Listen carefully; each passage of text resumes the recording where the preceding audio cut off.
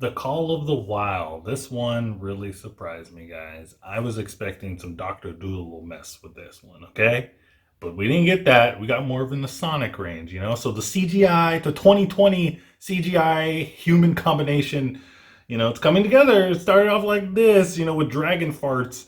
And now we're going up. But yeah, Call of the Wild is basically about this dog, Buck, who goes through some shit. He goes through some shit. This poor dog, one of his owners is like, dude, I don't like you anymore. You got to get out. Poor dog gets captured. Then he becomes part of a sleigh team. And then the guy's like, late, I'm out. And then he goes with Harrison Ford. Man, by the end of this movie, I was freaking crying. Okay, I was like, dang, dude, they're gonna do Buck like that? Yeah, but this movie I really, really liked, actually. I was so surprised. I was like, am I liking this movie a lot more than I should? I think I'm liking it more than I should. But I get this nostalgic feel from the Call of the Wild. It kind of reminds me of Balto. I don't know if any of you guys have seen that movie. I freaking grew up with that. I love it. Watch it over and over.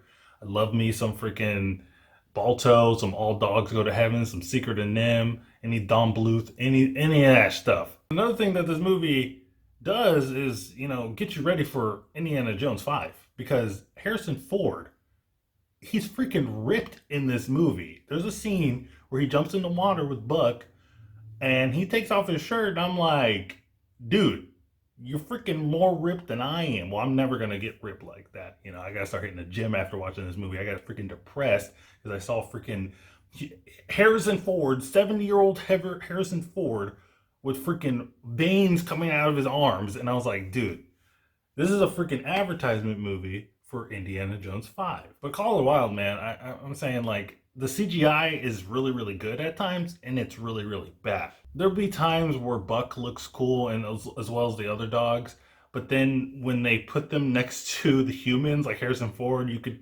obviously tell that it's CGI. But for the most part, I like the CGI. I didn't think it took me out of the film that much. I did like that they showed motions on the animals' faces this time. We didn't get no Lion King where it's just like, I'm smiling. Can't you tell?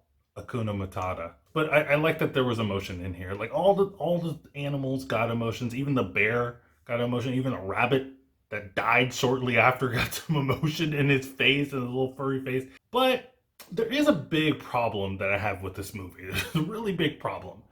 It kind of stops like randomly. And let me explain. So there's like three stories in here. Buck goes to, one situation to the next situation to his final situation, right? And in those situations, the way they end, they kind of it's not satisfying at all. It's just not, it's no conclusion. It's just like, well, it's over, on to the next part of the movie. It's really weird. They would do it with character arcs too. They would have characters that would appear and then disappear, and there's no explanation, or there is an explanation, but there's not really a conclusion or a satisfying conclusion. And let's get back to buff Harrison Ford. This guy, I mean, he's Harrison Ford.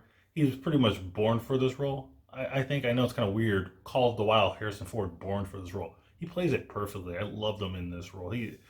Man, like I said, this is just a big trailer, an hour and a half trailer for Indiana Jones 5. That's all it is, okay? That's all it is. So guys, I really enjoyed the Call of the Wild. Did you guys check it out? Let me know in the comments down below. Don't forget to like, subscribe, do all the things that will make me happy, especially liking, but also subscribing. But liking, for some reason, is better.